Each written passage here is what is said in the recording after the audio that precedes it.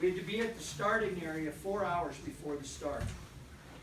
And when I arrived there, I was shocked to see how big a deal this was. There were TV crews from the East Coast and all over. There were literally thousands of people there to cheer us on. The start is out of the grandstands of a football field in Duluth, Minnesota, and those grandstands were full. When you arrived, they had a staging area, and every musher had an assigned parking spot.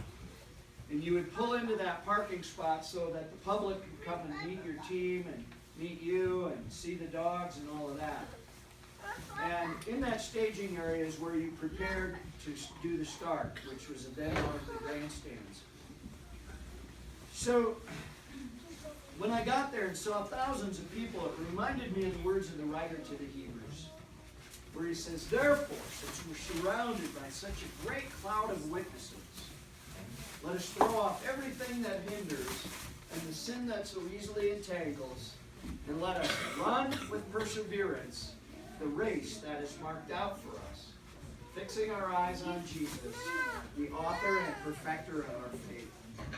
I thought about those words when we were surrounded by this great cloud of witnesses to cheer us on. And here's 3 lessons I learned. First, the writer to the Hebrews says, let us throw off everything that hinders and the sin that so easily entangles. When you went around the staging area where the mushers were parked, it wasn't uncommon to see a musher carefully going through the contents of their bag. First, they wanted to make sure they had what they needed, but they also wanted to make sure they didn't have stuff that was just going to slow them down, that would be extra, that they didn't need. And I thought about that in terms of our lives, how important it is that from time to time we take an inventory of our lives. Are we hanging on to stuff that's going to be a barrier to us persevering in faith and life? For example, let's say somebody's really hurt you. They've really wronged you and you're so angry with them. You know, here's the reality. That anger is not going to hurt them, but it's going to hurt you. Get rid of it. It's not worth it.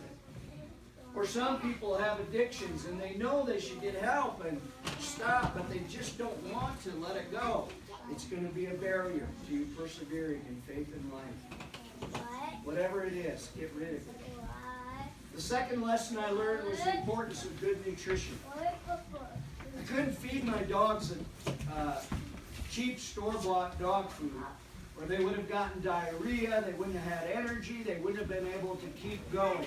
I had to feed them a very high-quality diet, high in protein and fat, and with glucosamine and chondroitin and vitamin E and all of this stuff. And I thought about that in terms of our lives. Like, what are we using to nurture our lives? And some of that's food. That's a piece of it. But even beyond that, what kind of things do we read?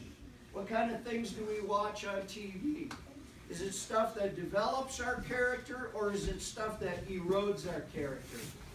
Somebody once said to me, garbage in, garbage out. And I really believe that's true. The output of our lives will be in direct proportion to what have we nurtured our lives with. Those of us who are followers of Jesus, we would say the Bible is important.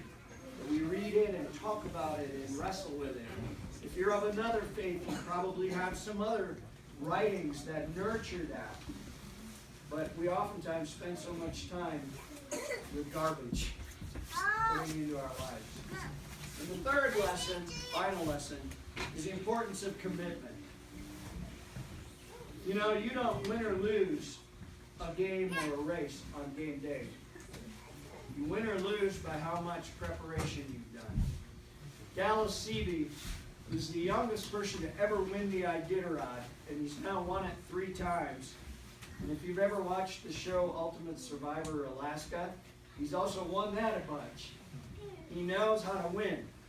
But he identifies 7 characteristics of champions. And I want to talk about his second one because it really hits home to me. He said champions not only have the will to win, because everybody wants to win, right? Everybody wants to be successful. Everybody wants to achieve their goals. He said champions not only have the will to win, they have the will to train and prepare. That's where the rubber hits the road. When I was training for this race, there were days when I would have to be out in the dog yard by 5 a.m., hooking up the team to go, and the temperatures were minus 85 degrees, wind chill. I'm not exaggerating. Back in Minnesota, there were days when it's like that, consecutive days. And then we'd run 50 to 70 miles, get back, put the team away, take care of them, grab a quick shower, head to the church office, and work till 10 at night. It's a huge commitment to achieve a goal like that. And even during the race, there were times when I was so exhausted that I said to myself, I think at the next checkpoint I'm going to scratch. And the only thing that kept me going when I was so tired was a commitment I had made to finish that race, to reach the goal. I'm going to tell you, any worthwhile goal you set in your life, you're going to encounter obstacles. You're going to encounter barriers.